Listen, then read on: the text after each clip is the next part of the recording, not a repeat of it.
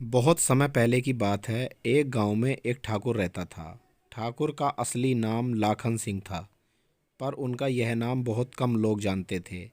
ठाकुर साहब के नाम से ही वे अपने इलाके में प्रसिद्ध थे। ठाकुर साहब बड़े ठाट बाट के आदमी थे, खाने पीने के बेहद शौकीन। जमीन काफ़ी थी, पर उसकी आमदनी खाने पीने और ठाट बाट में ही उड़ा देते थे। ठाकुर साहब को पक्षी पालने का बड़ा शौक था। उनकी हवेली एक अच्छा खासा चिड़ियाघर बना हुआ था। इधर उधर पिंजरों में पक्षी लटकते नजर आते।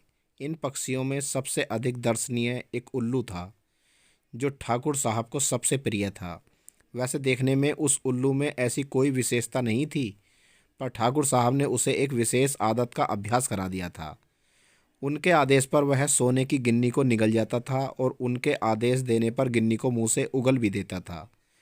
ठाकुर साहब ने उसे यहाँ तक अभ्यास करा दिया था कि वह एक बार में 5 गिन्नियाँ तक निगल जाता था और आदेशानुसार उन्हें एक एक कर उगल देता था। अपने उल्लू की इस विशेषता को ठाकुर साहब ने किसी को बताया नहीं था। ठाकुर साहब की एक पुत्री थी। उन्हें उसका विवाह अचानक तय करना पड़ा और विवाह की तिथि भी 10 दिन आगे की ही निश्चित हो गई। बेटी का विवाह सिर पर और ठाकुर साहब ठन गोपाल। एक पैसा पास नहीं, समस्या विकट थी। पर वे घबराए नहीं। उन्होंने तय कर लिया कि बेटी की शादी निश्चित तिथि पर ही धूमधाम से होगी।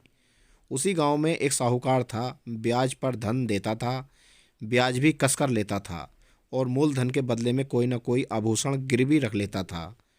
ठाकुर साहब उसी साहूकार के पास गए और बोले, सेठ जी, मेरी बेटी का ब्याह सिर पर अचानक आ पड़ा है और आपके ही भरोसे मंजूर कर लिया है। कुछ मदद कीजिए। ठाकुर साहब की बात सुनकर साहूकार ने पूछा कि कितना रुपया चाहिए। ठाकुर साहब बोले, यही कोई 10,000 से काम चल जाएगा सेठ जी। अब 10,000 तो उस जमाने में मायने रखते थे। सुनकर पहले तो साहूकार चौंका, फिर कुछ सोचकर बोला, गिरवी रखने को क्या लाए हो ठाकुर साहब। गिरवी की बात सुनकर ठाकुर साहब चौंके।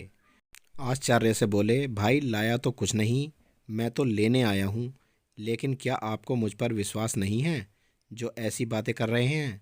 साहूकार ने दलील दी, विश्वास आप पर और आपकी नीयत पर किसे नहीं होगा, पर व्यापार में विश्वास से ही काम नहीं चलता। लेन देन का काम अपने नियमों पर ही चलता है। यह सुनकर ठाकुर साहब कुछ देर तो असमंजस में पड़े रहे। फिर कुछ सोचकर बोले, ठीक है सेठ जी, मेरे पास एक बहुमूल्य चीज़ है। हालांकि मैं उसे किसी कीमत पर भी नहीं देता, पर बेटी का ब्याह करना है, इसीलिए मजबूरी में उसे ही मैं आपके यहाँ गिरवी रख दूंगा। बहुमूल्य चीज़ की बात सुनकर सेठ के मुंह में पानी भर आया। उत्सुकता से बोले, ऐसी कौन सी चीज़ है आपके पास। ठाकुर साहब ने धीरे से सेठ के कान में कहा, एक उल्लू है सेठ जी, सुनहरी उल्लू। साहूकार चौंक कर बोला, उल्लू, सोने का उल्लू, कितने तोले का है। ठाकुर साहब बोले, सोने का बना हुआ नहीं, जीता जागता उल्लू है सेठ जी। यह सुनकर सेठ हंसा और बोला, आप भी मजाक करते हैं ठाकुर साहब, मैंने तो समझा कि 20-30 तोले का सोने का उल्लू होगा। अब ठाकुर साहब ने फुलझड़ी छोड़ी। बोले, अरे सेठ जी, यह उल्लू सोने की एक गिन्नी रोज उगलता है। सोने की गिन्नी की बात सुनकर सेठ की आंखें खुली की खुली रह गईं। ठाकुर साहब समझ गए कि तीर चल गया है। वे अपनी बात पर और जोर देते हुए बोले, हाँ, सोने की गिन्नी, आप परीक्षा करके देख लीजिए। साहूकार मान गया। अगले दिन ठाकुर साहब उल्लू को 5 गिन्नियाँ खिलाकर साहूकार के यहाँ ले गए। उल्लू को सामने बिठाकर कहा, उगल बेटा, और उल्लू ने एक गिन्नी उगल दी। दूसरे दिन भी ठाकुर साहब ने साहूकार के सामने एक गिन्नी उगलवाई और तीसरे दिन सेठ से कहा कि अब वे उल्लू को आदेश दें। उत्सुकता से भरा साहूकार बोला, उगल बेटा, और उल्लू ने एक गिन्नी उगल दी। सेठ का मन बल्लियां उछलने लगा। उसने तुरंत चांदी के 10,000 रुपये ठाकुर साहब के सामने रख दिए। ठाकुर साहब ने रुपए थैली में भरे और जाते जाते बोले, सेठ जी, आपके ये 10,000 जल्दी ही लौटाकर अपना उल्लू ले जाऊंगा। साहूकार मुस्कुराते हुए बोला, अरे ठाकुर साहब, कोई जल्दी नहीं है, आराम से लौटाइएगा। ठाकुर साहब चले गए।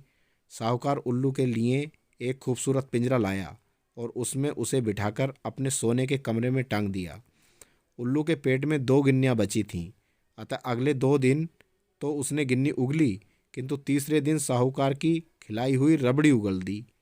जब 2-3 दिन तक वह रबड़ी उगलने का क्रम चला, तो साहूकार घबराया और नौकर को भेजकर ठाकुर साहब को बुलवाया। ठाकुर ने आते ही कहा, कहिए सेठ जी, कैसे याद किया? सेठ झल्लाकर बोला, ठाकुर, तुमने मेरे साथ धोखा किया है।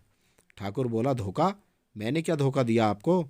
सेठ ने गुस्से से कांपते हुए कहा, हाँ, तुमने धोखा दिया है, तुम बेईमान हो।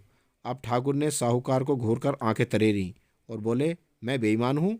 ठाकुर के गुस्से को देखकर सेठ कुछ रुआसा हो गया। कुछ सहमी आवाज में बोला, तुम्हारा उल्लू बेईमान है, वह 3 दिन से गिन्नी नहीं उगल रहा है।